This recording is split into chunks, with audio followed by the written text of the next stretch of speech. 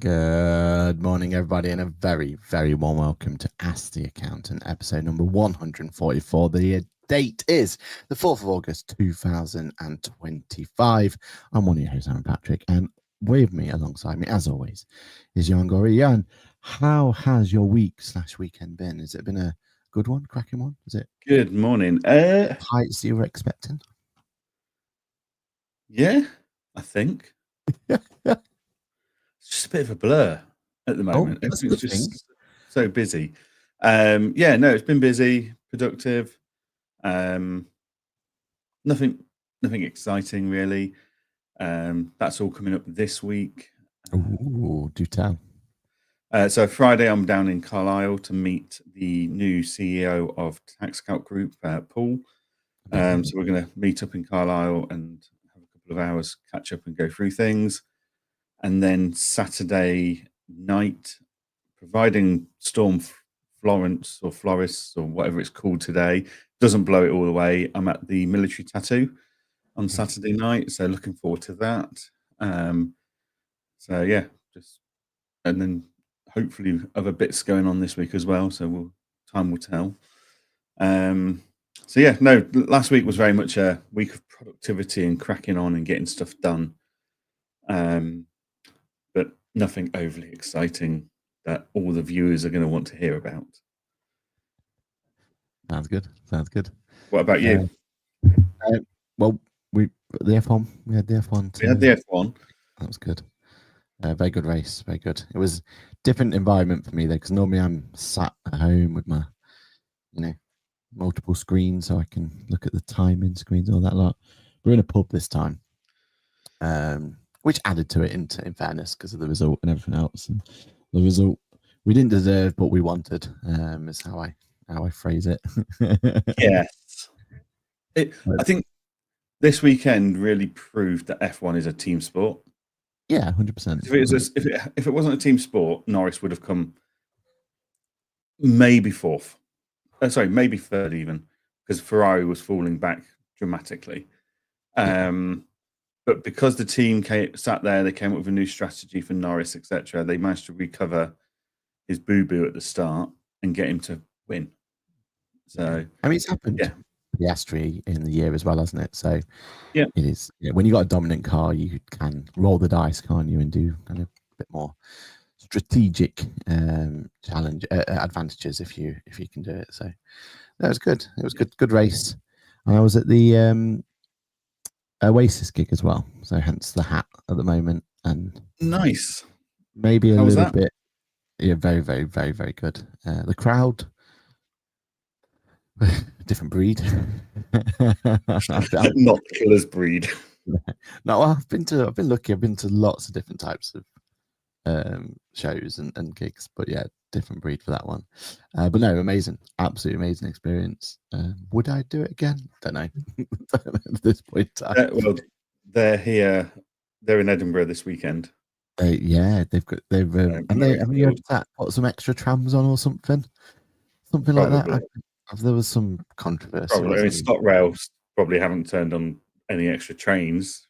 I'm sorry if your show finishes past 9 o'clock, walk home. Yeah, no, it was. We drove to Wembley and back, so that was an experience as well. So yeah, here's what it is. Getting home at 3:30 this morning. So. All in a day's work. But the only reason that we even bother turning up this morning is for our wonderful community. So first on the door today, drum roll please, was Kirsty. Welcome, Kirsty. Good morning, everyone, says Kirsty. Cheryl's next. Good morning. Wet and windy here. Yeah, you're right. Same here. Yeah.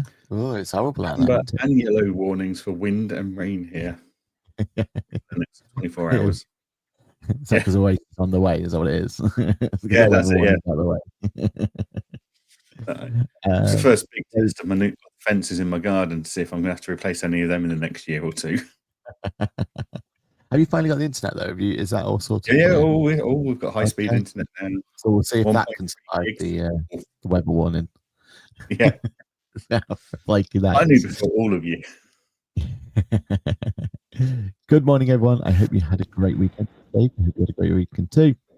A little cloudy in London, says Dave. Bookkeeping Super. Natasha said, good morning, all. And then Louise says, morning, all. Good morning to everybody. Hope you are doing well. All right, let's get on with our news and talk. Very packed, stacked day today. First of all, the big news of the week, obviously, is that one of the top accounting solutions has gone and got their checkbook out. Sage has gone out and acquired. Now we were talking about this off air. How we're going to pronounce this? We're saying file, FYL, file, as you said, or as Tom may have said, as in filing cabinets. I said that. As you said, yeah. So file, expense management solution, very US based from what we can tell. Maybe this is another play for the US market for them, which is definitely good to see. And the way they kind of explain it on their website is that expense management is an absolute pain in the backside, as we all know. Lots of different options everywhere, lots of different Slack channels and email channels and everything else you consolidate. And this is the file way, where it's all in one place. Click, text, forget is what they're saying is their big push for this one.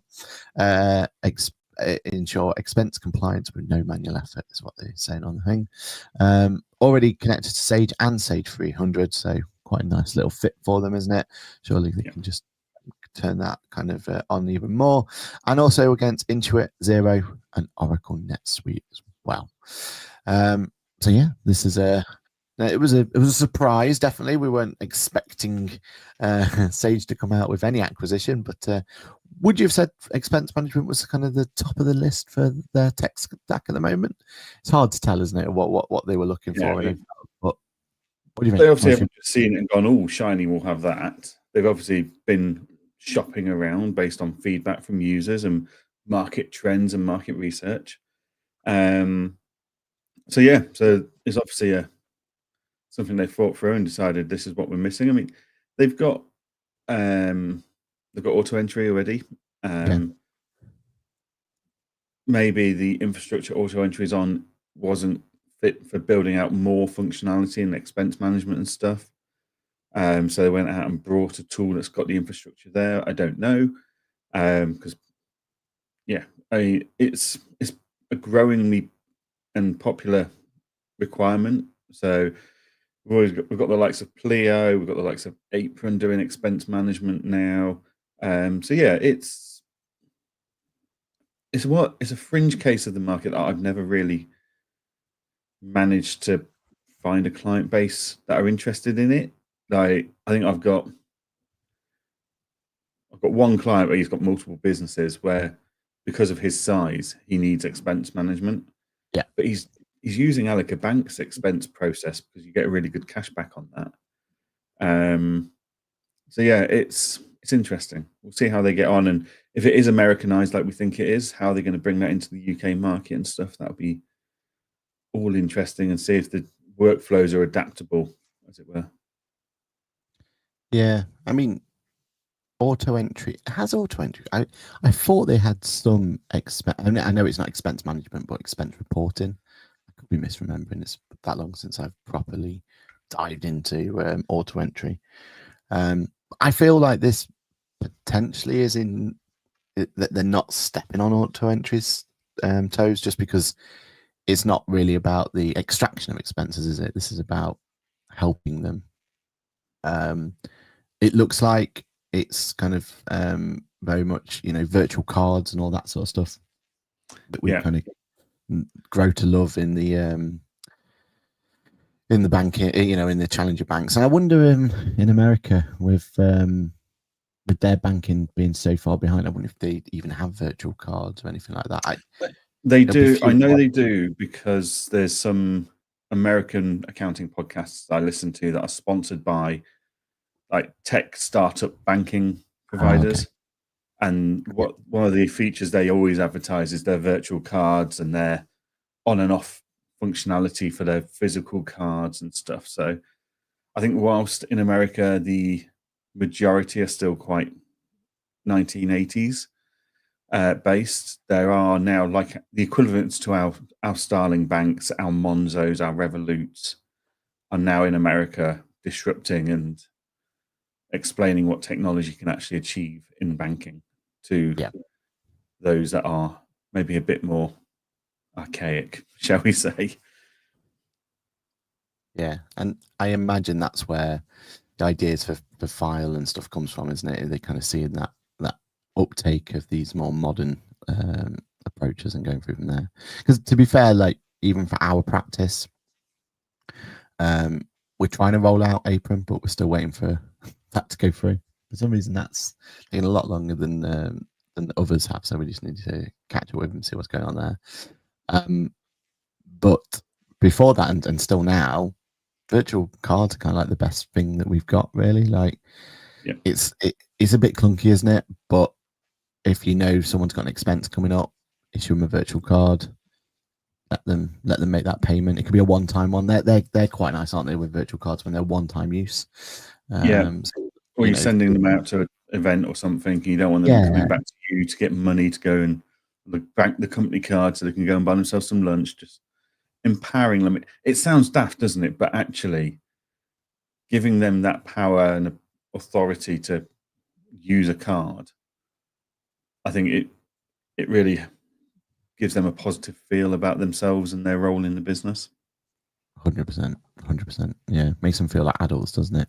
We got a few bits coming through from the community. So first of all, Kate says, "Good morning, Kate. Hope you're doing well." Actually says, "Does Sage have deep pockets?" Huge news. Yeah, I mean, you look at the last financials. Not only do they have deep pockets, they've got old money. None of this new money like QuickBooks have. Well, I mean, they must be on the kind of high from the last acquisition, right? Or was it last? Whenever? When did they buy? Sage's old money makes new money. That's the kind of money they've got. But if you think about their latest acquisitions, though, and I don't know if it was last, but Intact must be doing so well for them. Like that was the perfect acquisition, the perfect time. Like it's a storm in a teacup sort of approach, isn't it? That one that's kind of gone through. So that must give them confidence to go, maybe this acquisition route's not a bad thing for us at the moment. So hopefully this is another Intact for them. Paul says, "Morning, good morning, Paul." Kirsty says, "I like the idea of virtual cards like Revolut, but some websites don't take them. Anyone have problems with real virtual rather than the disposables?" Yeah, it's a shame, isn't it, that disposables are kind of becoming a lot of solutions out there are putting up barriers, aren't they, so that you can't use them, because they're the perfect ones. When you've got like a subscription to something you're not quite sure of, or you're a little bit tentative about, like this virtual disposable is the best thing in the world, isn't it? Because you can give them that more month, test it, feel how it is, get a feel for it. But a lot of them now are putting kind of barriers up for that, aren't they, and going from there. So I've never had a virtual card be a problem. I've experienced a lot where the disposable ones don't work. But yeah, have you had any problems with the virtual cards? I've never seen an issue with virtual card, but that's also not the use case that my team have virtual cards for. They don't have a virtual card for shopping online. They've got a virtual card to go to an event, to travel, to it's not really it's not an issue my team have come across, because that's not why we've issued them.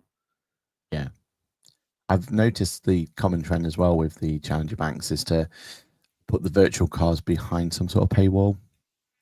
I mean, it still makes me laugh how Monzo's got away with this one, but Monzo has a paywall if you want to connect your QuickBooks or your Xero, or literally it's a tiered thing. If you want to connect your FML solution, then you've got to cough up to do that.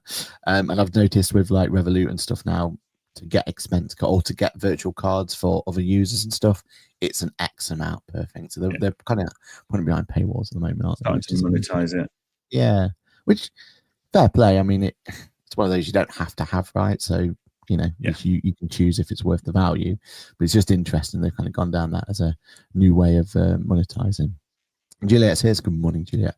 And then Paul says, best use case I found was providing expense cards to contractors for their subbies. Yeah, exactly. Yeah, I mean, that's a great use case for expense card management, isn't it? When you don't want the hassle, do you? You don't want to kind of go, you just want them to go. And the nice thing about most of these expense card management solutions is they're forcing you to get the receipt. They're forcing you to push through there to go through. But I suppose this is that traditional expense management with file, isn't it? Where the employee or the subby's got to pay for it first and then they get the money back. We assume it's that way around.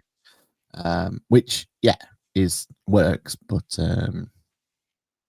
SumUp also hide integration behind their premium, which is interesting. I was just given an option to have a SumUp bank account. I'm not going to be taking them up on that offer then if that's the case.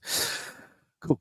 All right. Yeah. Another Sage news though, because I really like this approach or this advert, should I say. They've put out a brand new advert. I'm sure if you haven't seen it, you'll see it very soon because it's being pushed quite a bit.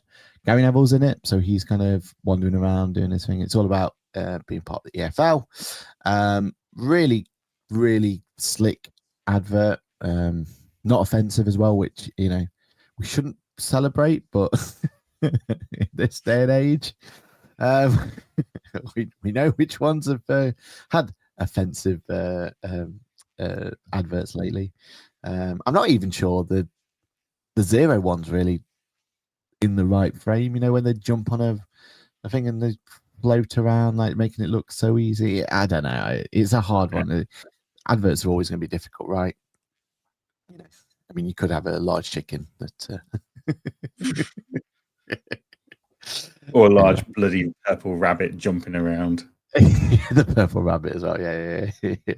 But from an advert point of view, really nice, really slick, really, got my attention anyway. So good work all around. But you've put here a bit of a thing about trending software sponsoring sports. Do you want to talk us through your kind of thoughts on that one? Yeah. So Sage they've had a busy week and they've spent a lot of money because they've also now sponsoring the English Football League, which I think the reason I put it on there was we seem to be getting a fixation with sporting events and sporting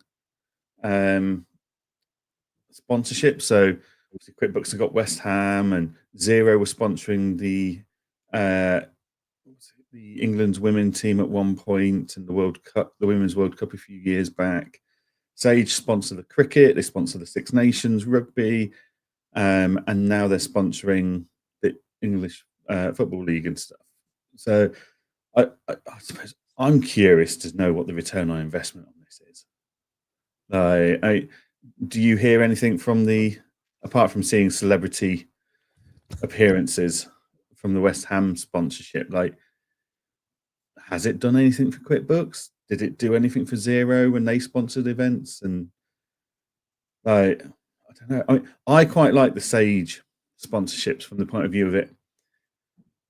I think it gives them a real modern look because what Sage are sponsoring really is the analytics and the cricket ball went at this pace, at this angle and at this height, and the rugby ball, the rugby statistics, and I think that's a really good. Like they're giving a real clear message of we're sponsoring these really high tech analytics because we believe our product is a high tech product that can do that as well. Just sponsoring a team, I don't know. It's tough, isn't it? I mean, we would love to see representation in F1, right? Like the closest we've got is Air Wallet, isn't it? As part of the McLaren setup. That's like the closest we've got for kind of representation, and obviously that's big money to get yourself involved in the F1. So I'm not saying for 1 minute that it's sensible. Let's be honest. The only reason we want them to sponsor F1 is so they get some hospitality tickets and someone might invite us. Yeah. But I do feel like, when you talk about technology, you talk about everything else, because AWS do a cracking job. Like you were saying there about the Sage sponsorship deal. Like AWS is on the F1 analytics, right? Like it's gonna, so and so is gonna in overtaking position in 5 laps, and it's powered by AWS and all that sort of stuff, right? You kind of sit there going, well, if AWS can deliver that, then it can hold my documents for my website. All right. I suppose if you can do the F1 stuff, you might be able to cope with my workload. Yeah, just about. So yeah, look, I get it. I get that thing, but I don't think it's aimed at accountants, is it? I think that's the big thing. These are the end users, isn't it, that they're aiming for? But is it working? Are they getting the end users from it? I can't. Well, it's what you get out of it, isn't it? Like the whole hospitality and taking them to games and stuff like From that. what I've seen of the QuickBooks one, it's a lot of football shirts. Yeah, but there's also the going to the games, isn't there, and getting them there and stuff like that. It's clearly like a play at brand awareness more than anything else, right? It's just being relevant, isn't it? It's just being on at the table and being there and people seeing it. I mean, I would have said personally that the QuickBooks deal paid for itself just being on the Gavin and Stacey Christmas special, right? Like, done, sold. But Luke, that wasn't coordinated and planned, was it? They got lucky. Yeah, it was. Yeah, it was luck. It was 100% luck. But that's what you got to be in the. You got to get a ticket to the raffle, right, to get in there. So if they hadn't sponsored it, they wouldn't have been there. They wouldn't have been in that conversation. It's hard. It really is, and it's like any advertising campaign, right? What is your return on investment? It's not always just conversions, is it? It's sometimes just keeping client base. It's keeping relevant because you've not got into obscurity, right? Like sometimes that's part of it. Same conversations we have around vendors going to accounting shows, right? Like sometimes it's not just them being there and converting on the day, it's them being there stopping their competitor from getting a one up on you, right? Like it's one of those, isn't it? If you're not advertising, if you're not always present, then sometimes there. Well, isn't the age old saying that even Coca-Cola has to continue to advertise, like, and they've got market dominance? Do you know what I mean? Like it's frustrating because ultimately, as a consumer, we need to pay more for our products, so they've got a budget for their advertising. Like it's chicken egg, isn't it? Like at the end of the day, we're back to our QuickBooks advert again, aren't we? Yeah, exactly. So yeah, it's a tough one. I think sport is the right place for the accounting industry to be pushing, because if you want to go mainstream, that's where you go mainstream, isn't it? Yeah. But I think you're right. I think the sage approach of being that technical advisor, that technical, I think that's the right way, isn't it? And the cool one to do. All right, what else we got? Free Agent have had some CIS updates. Talk me through them. What we talking about here? Are we excited about it? Yeah. So the CIS Free Agent has always been able to do, or for a while, has been able to do if you've suffered CIS as a subcontractor. Yeah. But if you're the contractor, it's not really had the functionality there for you. It does now. It now caters for both sides of that wonderful concept of HMRCs. So you can now add subcontractor details to contacts in Free Agent. You can apply CIS deductions to bills at the correct rate or rates. You can prepare and export the CIS 300 returns, generate and send payment and deduction statements, and reconcile payments and liabilities with ease. So yeah, they have been busy over at Free Agent Towers again. Loving that. Do we know if it's on the app as well? That's always a big sticky point with the CIS community when these updates come along. And browser work an absolute dream. I've not looked at the app, but I would assume so. Yes. Cool. Let's face it, Free Agent don't do things like, oh, what do you mean you want to use it on the app as well? They kind of go, well, if it's going to be on the web page, then it's going to be on the app as well. That's good to hear. So yeah, but that makes them a very interesting player in the construction space now. 100%. Yeah, because they've been great as a subcontractor provider, because that's ideal, right? You only raise X amount of invoices. You've got very few expenses. You get it free with Metal RBS on that. Whereas for a subcontractor, it's been a really good solution. Yeah, And with MTD coming, they need it, right? Like they need Yeah. that simple solution to go through. Yeah, So. and in a space where technology adoption isn't as strong as it could be all the time. And yeah. I mean, I still get literal shoeboxes on the 7th of April, or sometimes like 28th of February, and they're like, "Why can't you just do it now?"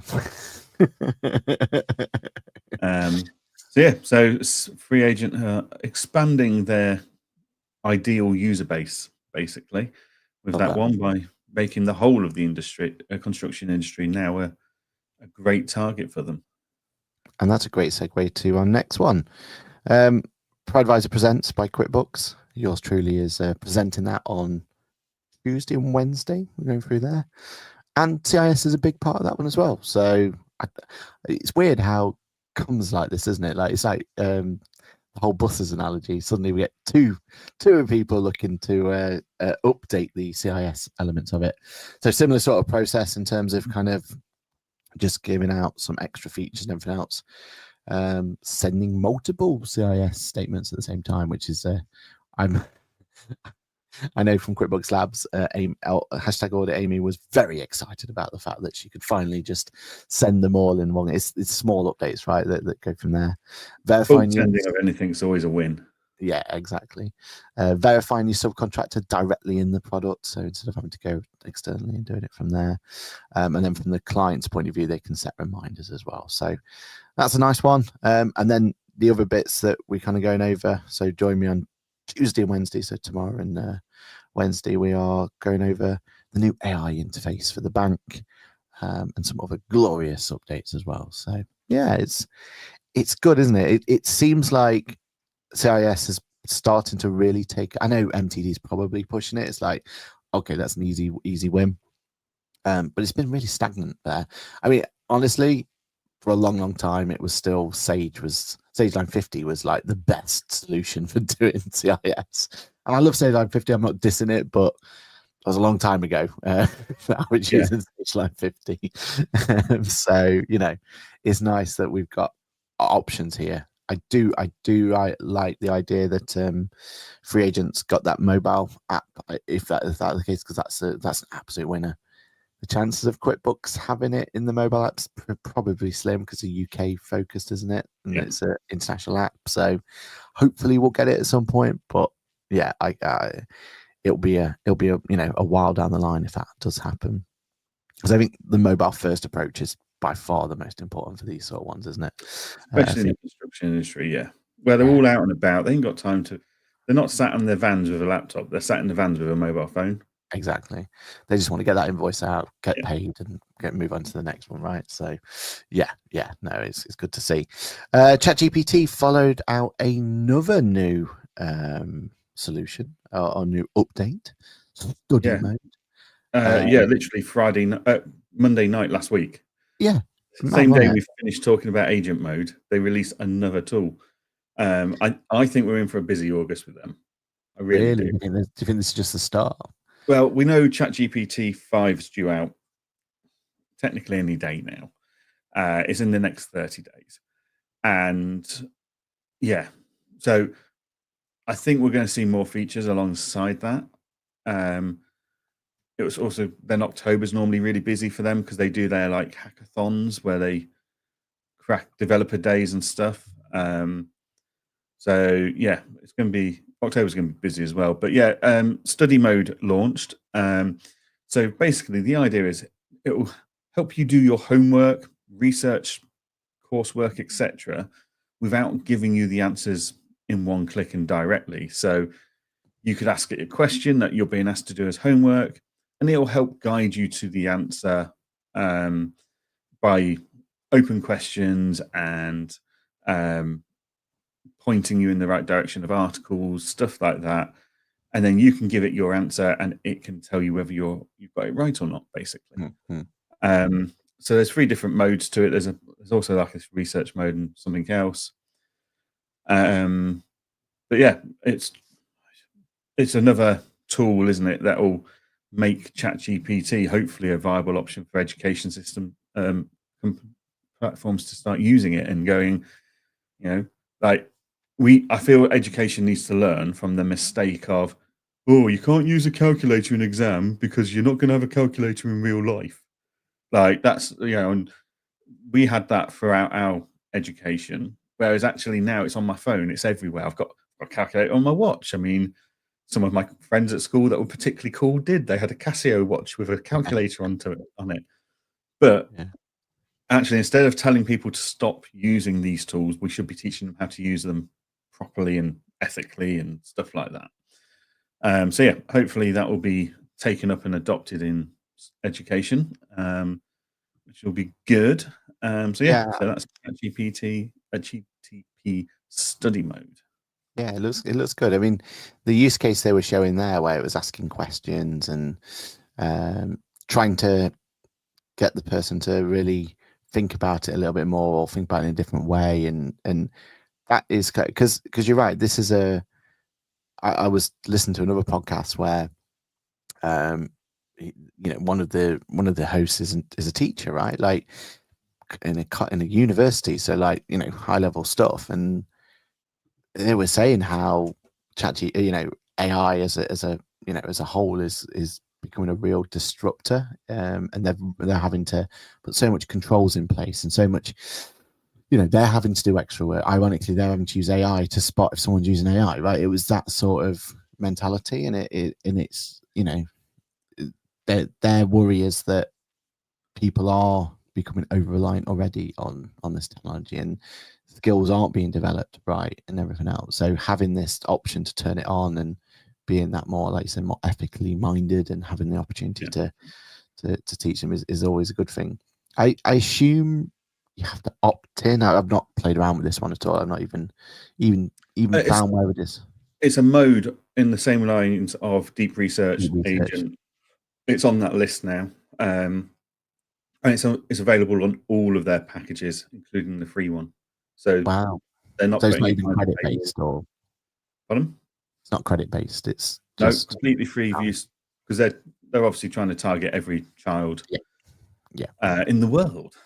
So yeah, it's free of charge to use, no credits, no limits from what I've seen, because obviously they want it to be usable by anyone, regardless of their circumstances. Interesting. It makes you think though, like with this new hardware strategy that they're trying to put together, right? Like, why don't they go for the schools as well? That like maybe they'll be too premium, maybe, but Google Chromebooks, whatever you call them, they've had that space forever, right? And now Gemini is probably going to be the first introduction that kids are going to have to AI, because it's built into as a OS has been sunset. It's now, those Chromebooks are now going to be powered by Android. Yeah. But it's still very Google centric, isn't it? So you'd imagine Gemini will be the first thing that they'll see, and you know what I mean? Like at the end of the day, Google were very clever to target that demographic, right? It was to bake in from day one that you Google something, you don't, you know what I mean? Like you don't Bing it, which I learned for my detriment when when I tried to convert. It's always good to be up to date with information, isn't it? But yeah, is OpenAI going to go down that route and have some in there? Because if they've got the best tool on the market, which they certainly do, they need to find a way to get that into the right hands, don't they?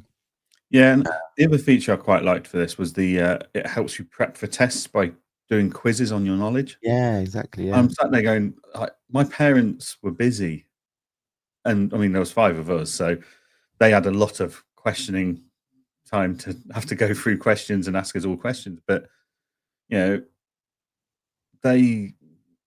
would have loved a tool like this to save them having to spend their evenings questioning us on our knowledge and stuff. So I think that's a huge benefit. And I wouldn't go for it. There is like, if your child goes into a topic that you just don't know and you're not very good at, like I was really lucky. My dad was very clever in lots of ways. Reading and writing weren't his, and spelling weren't his thing at all. But Mum was exceptional at that, so we had a really good rounded nice balance. knowledge base to go with. But I speak to a lot of my friends that have got kids who they're learning what like things at maths now that we never learnt at school, and they're very concerned about the fact that, am I holding my child back through my lack of knowledge of this topic because I can't help them with their homework, because their child's outgrown their knowledge base with it. So yeah, tools like this I think parents will be appreciative of, especially when they're free to access. Yeah, I wonder if they could take this a step further though, when with the power that ChatGPT has and everything else it's got with it, and it can do more contextual questions like certification, for example, for software.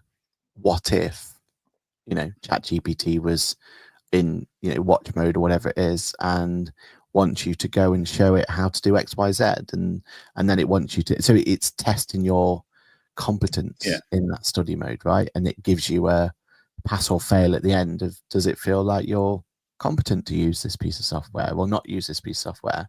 It's all good having these recertifications and exams and everything else, but that they're set questions, they're always the same questions, right?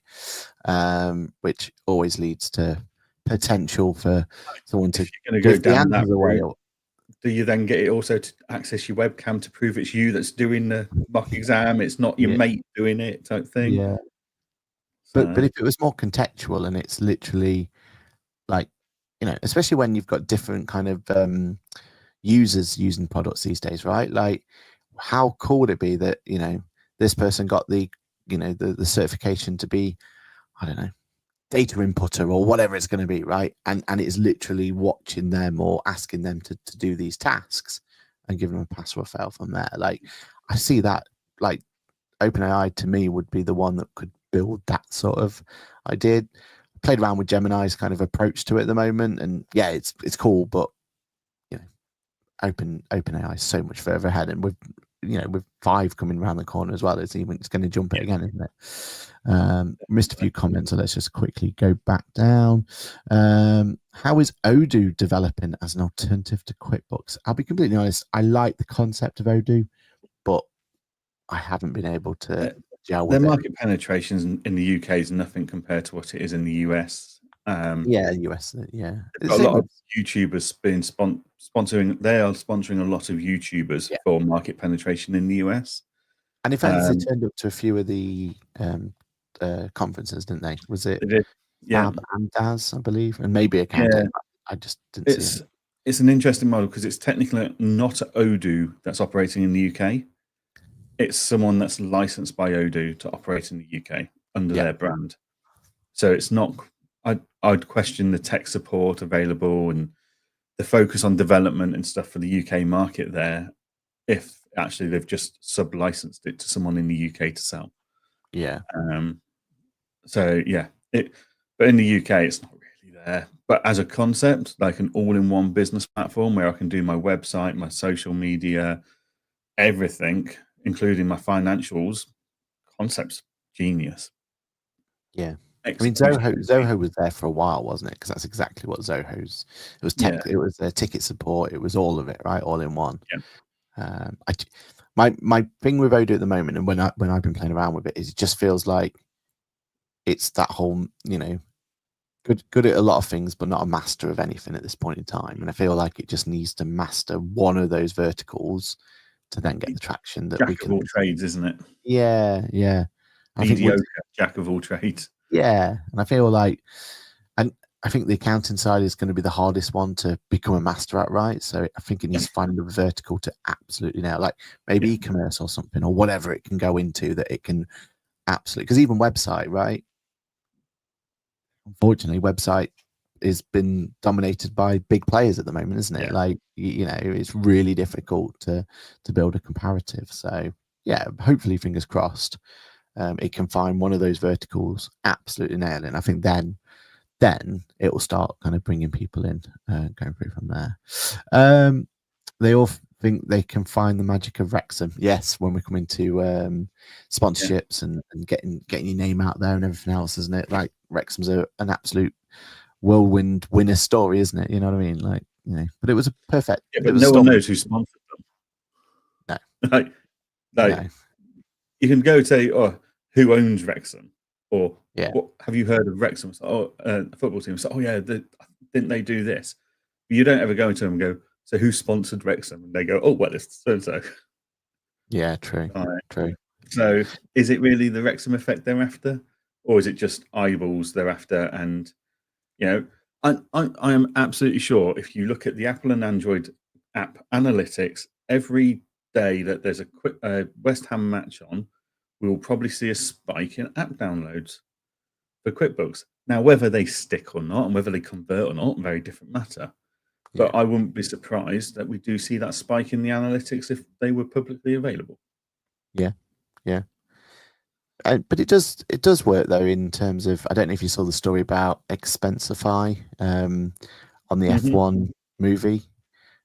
So for anyone who doesn't know, the F1 movie, they had this fake team that they created called Apex GP, and to make Apex GP look legit, they put some real sponsors on there. So you had Expensify, there was others as well. I can't remember what the others were. So clearly didn't do too well. Yeah. But apparently that's been one of the best return on investment sponsorship deals of all time. Like it's literally like gone bananas for them because their branding's everywhere now. So yeah, it can work, can't it? But again, you've got to get it. Paul also says, I found out this morning that ChatGPT is now available as an app in Excel. Excellent. I mean, Copilot's Finance has been there for a while, right? So that is a absolute beast in there. And one of the disappointments of I'm finding with ChatGPT OpenAI at the moment is it's not remembering far enough back. Like you'd upload a file, like an Excel file, for example, and it's forgotten it within half an hour, and you've got to re-upload it to thing it again. So hopefully with an app integration like that, it's taking it directly from source potentially, but I have to play around with it and see. I mean, it's never been, the best at the numbers side, right? Like that is where Copilot Finance is definitely better. But Copilot was built as a best in breed for Excel for that reason. Yeah, Copilot Finance. Yeah, exactly. So, I mean, maybe there's a use case for it. If it could just start doing the reconciliation, all that sort of stuff, yeah, great. But now I'm finding even the Copilot Finance one, with the with like it being built in the solution like QuickBooks and stuff, it's just easier just doing QuickBooks, right? Like you let Intuit Assist do it as opposed to set it up, go into it, find the thing, put the code, convert it, put it through. You know what I mean? Like instead of jumping through all those hoops, you just click the button and off you go, sort of thing. So yeah, it's going to be tricky, isn't it, for anyone to make Excel the go-to for these sort of, because most of the AI goodness in purely in Excel is you've got to kind of set it up first and then execute. And I think it's that setup thing that's always going to be the barrier to entry, isn't it? Where other solutions potentially can just have a one-click solution you're done. So we'll see how that goes. Back to ChatGPT study mode. My concern with the education thing is ChatGPT does give wrong answers at times. But so do parents. I could Google something and get the wrong answer by going onto a link where it's, out of context, etc. Like you can Google, is the Earth round? Is it a globe? And you could end up with a flat Earth believers website telling you no, it's flat. And you go, oh, okay, put that in the answer. And that's so I think we have to remember ChatGPT is as fallible as we are as human beings. And you need to look at ChatGPT as a human being. So, at points they're doing, it's my market researcher for my social media, it's researching services for me and doing pricing. Study mode is just instead of someone coming in to clean my house, I've got ChatGPT instead of a tutor coming in to help my children with their homework. That would be my outlook on it if I had children. Like if you get a tutor in they could give the wrong answer. We can't expect perfection out of ourselves or out of ChatGPT. But I'd probably argue ChatGPT's probably got a broader knowledge base and opportunity for it to be right than the majority of us. Yeah. And I feel like we've all got to develop that skill set, right? We've all got to develop the skill set of when is any of the AI telling the truth and when is it, not telling the truth, right? And that's going to come down to every piece of AI tool in the whole world. Like, we need to learn that. By the child using it, they're learning that key skill of testing the answer. Like, how else do we learn? Yeah, because that's going to be such a valuable skill going forward, right? It's how we're working with AI, how we're going to, we've said it in the accounting industry, right? Like, the accounting industry is not dead because of AI, but if you're not going to be able to adapt and work with the AI tools going forward and learn how to spot the BS and not spot the BS, right? Like, that's going to be the most important skill set for our industry. I always delegate work out to my team, but I always check it. I don't just go, "Oh, you've done it, buff." And I do the same with ChatGPT. I delegate tasks of mine to ChatGPT to make it quicker, more efficient. But I always sense check it first before I then use it. Yeah.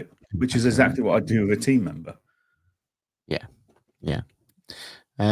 Kirsty says F1 great film. Yes, definitely noticed Expensify. Did you notice any others? That's the question. There's definitely a couple out there. I can't remember what they were, Kirsty. Can't remember what they were. But yeah, great film. Example I saw was asking ChatGPT to pull in the top 10 largest population cities in Excel and created a table with the data. Yeah, filling in data directly there. Maybe this will be better because at the moment I'm struggling with one of my ChatGPTs at the moment where it's inconsistent with pulling company's house data, for example. Sometimes it gets absolute spot on. Sometimes it just has a complete wobble. So maybe using the app is a better way of doing it and putting it through from there. I wonder if there's a chance because at the moment one of the workflows we're using ChatGPT and it's in beta test at the moment, but to help us complete our checklist and stuff, right? Like, at the moment it's right, can it go and check that this is right and this right? Like, things like, is registered office correct? Simple enough job, really. But why use man hours to do that when ChatGPT can help you kind of sense check it, right? But at the moment it's take the checklist, upload it to ChatGPT. ChatGPT sometimes has a bit of a wobble with it, and like I said, it forgets the file after 30 minutes. So maybe this is where this could be a way if we can bring in some of our own ChatGPTs into that app, and basically we can execute within the app there. I could see that being a winner and not having to upload, download, all that sort of stuff. We'll see. We'll have a play. Another ChatGPT news headline this week that we've spoken about. Social media got into a bit of they got their panties in a twist. So one of the features that you've got in ChatGPT, I think it's in all their models, but it's definitely in Teams. If you want to share one of your ChatGPT conversations with your fellow team member, you can press share and send it to them. Well, when you used to press share, there was a box tick saying, "Do you want to make this discoverable?" And if you tick that meant it got listed on Google because people didn't understand what the discoverable part was. There was no context, nothing. Yeah. So all of a sudden, there's this hype online. All ChatGPT conversations are discoverable on Google. They're all listed on Google. It's like, no, only the ones that someone's gone to share and ticked discoverable. Yeah. Now, ChatGPT have instantly reacted. They've taken away that tick box. So you can't make it discoverable anymore. But okay, the UI should have made it more clear what discoverable meant. Yeah. But also, we need to understand. Like, if you're not sure what it means, ask it. Like, ask ChatGPT, what does this feature do? Before you just go, oh yeah, I want it discoverable because I want my colleague to find it. Like, I can put a YouTube video on YouTube as unlisted, send Aaron the link, and he can see it as long as he's got the link. It doesn't have to be discoverable. but yeah, so that was there was a lot of hype about that in the last few days on social media. But fair play to ChatGPT, they just turned off that box straight away and removed it. So not an issue going forwards. It is mad though, isn't it, that we have to have such a. You wouldn't jump in a car and complain that the car, I don't know, you got a speeding ticket because you were using a button that you didn't know what the button did, and it was a boost button, for example, right? Yeah. Like, yeah, you know, like that's user error. The car That's can go you. 120 miles an hour. What do you mean it's illegal to go past 70?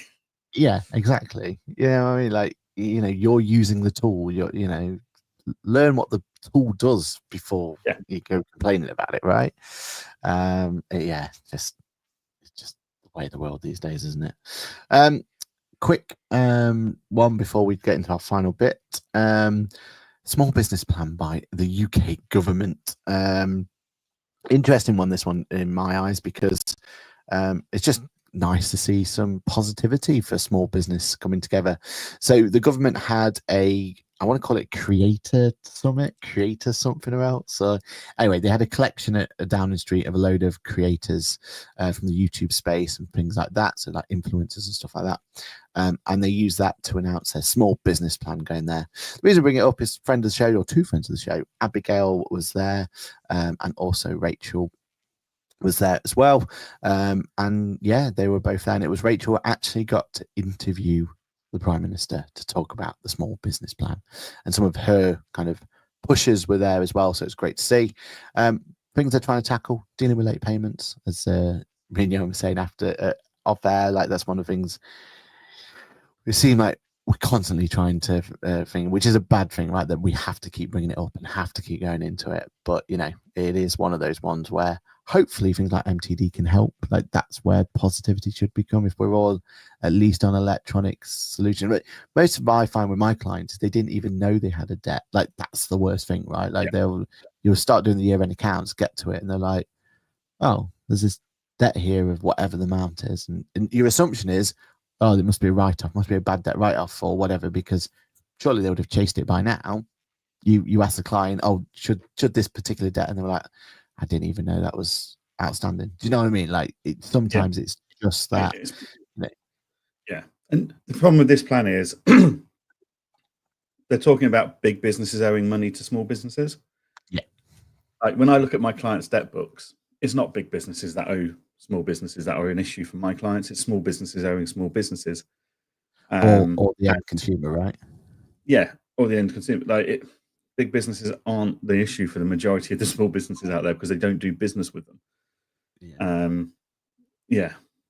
I mean, it is sometimes disgusting, the big businesses and how they, you know, how they put these ridiculous terms on the smaller businesses, and it does cause huge cash flow issues, and that does need tackling. But you're right, yeah, we just need the whole late payment thing to be a thing of the past, don't we? Just need. And again, they've been talking about it since pre-COVID. Like, oh, we're going to help clamp down on big businesses owing small businesses. Like, it's been 5 years plus since I've heard this rhetoric.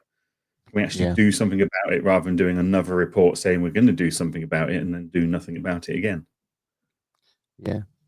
I mean, even in our industry, right? Like if we have a late payer or we have someone who's not paying, yes, we've got methods in which we can be a little bit more stricter and pushier on it, but that's a lot of hard work, a lot of paperwork and everything else, isn't it? You know, ideally, our app should be able to do that bit for us, right? Like we've got all the proof, everything's there.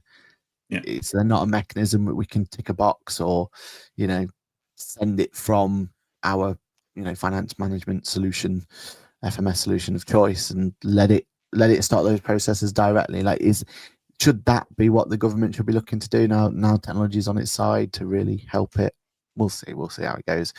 One of the positive ones though was unlocking access to finance, which for anyone who's in that having conversations with clients at the moment, it's not a pretty sight at the moment, is it? So that's a good thing, as long as it's not abused like some of the others have been.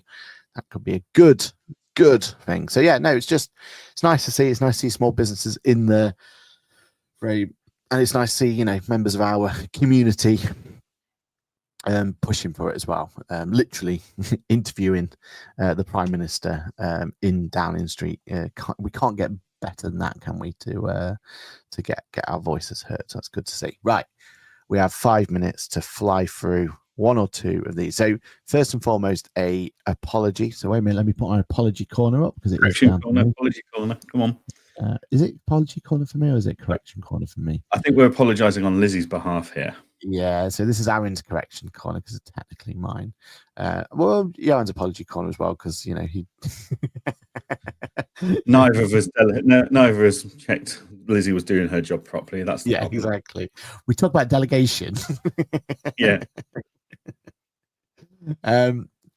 We always want the community to give us feedback, right? And if you're live, like Paul is, like Kirsty is, like Steph is, like everyone else that are through here at the moment, it's really, really important that we get that insights and you guys give us some feedback and everything else. That's how we keep it true and honest, and that's why we have so many correction corners, because we get the feedback going through.